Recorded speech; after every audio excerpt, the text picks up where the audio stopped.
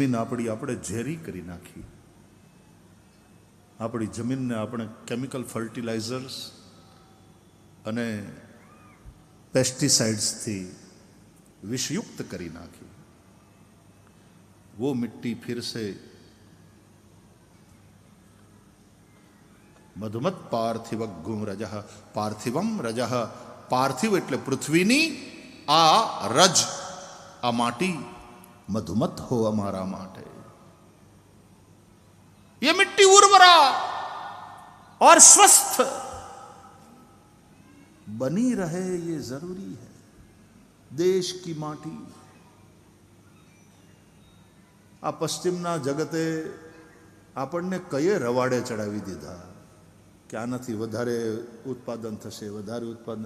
કદાચ થયું ખરું, ટૂંકા ગાળાનો લાભ કદાચ થયો પણ ખરો, પણ લાંબા ગાળાનું નુકસાન બોરી બેઠા આપણે.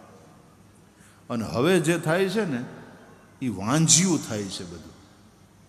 કપાસ તો કે વાંજિયો કયો, બીટી કપાસ કે જ ને સાહેબ. એટલે તમે એનું ને એનું બી વાવો તો કાંઈ ન થાય. બી તો તમારે અમારી પાસે લેવાનું. આ વેપાર, આ પૈસાની ભૂખ, વાંજિયું બધું ઊભું થવા માંડ્યું. જૂના આપણા કેળા હતા ને એ કેળાની અંદર આમ ભલે આપણે કેળા ખાઈ જઈએ, પણ કેળું કાપો એટલે અંદર આમ એક લાઈન દેખાય ને એની અંદર ઝીણા ઝીણા કાળા કાળા કાળા પેલા જે ડોટ્સ દેખાય ને એમાં એના બીજ હતા. હવે કેળા વાંજિયા છે, એ જલ્દી બગડતા નથી, પણ એમાંથી પાછા નવા થતા નથી. પછી તમારે ખરીદવાનું જ રહ્યું. એટલે આપણને વાંજિયુંના જ ખાતા કરી દીધા આ લોકોએ. દાણા બીજ એની પાસેથી જ લેવા પડે. પછી ખાતર ખરીદો, જંતુનાશકો ખરીદો, વધારે ને વધારે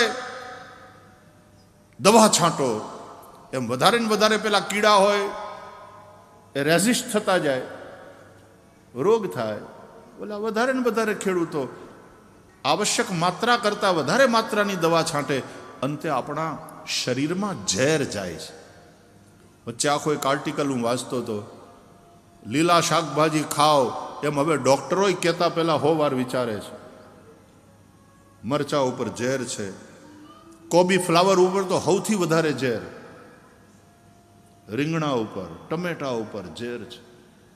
ટમેટાની ઉપરની છાલ જેટલી કડક કઠણ ને પ્લાસ્ટિક જેવી થઈ ગઈ, ये આ બધાને કારણે जहर जा रहा है हमारे शरीर में, हम रोगी हो रहे हैं.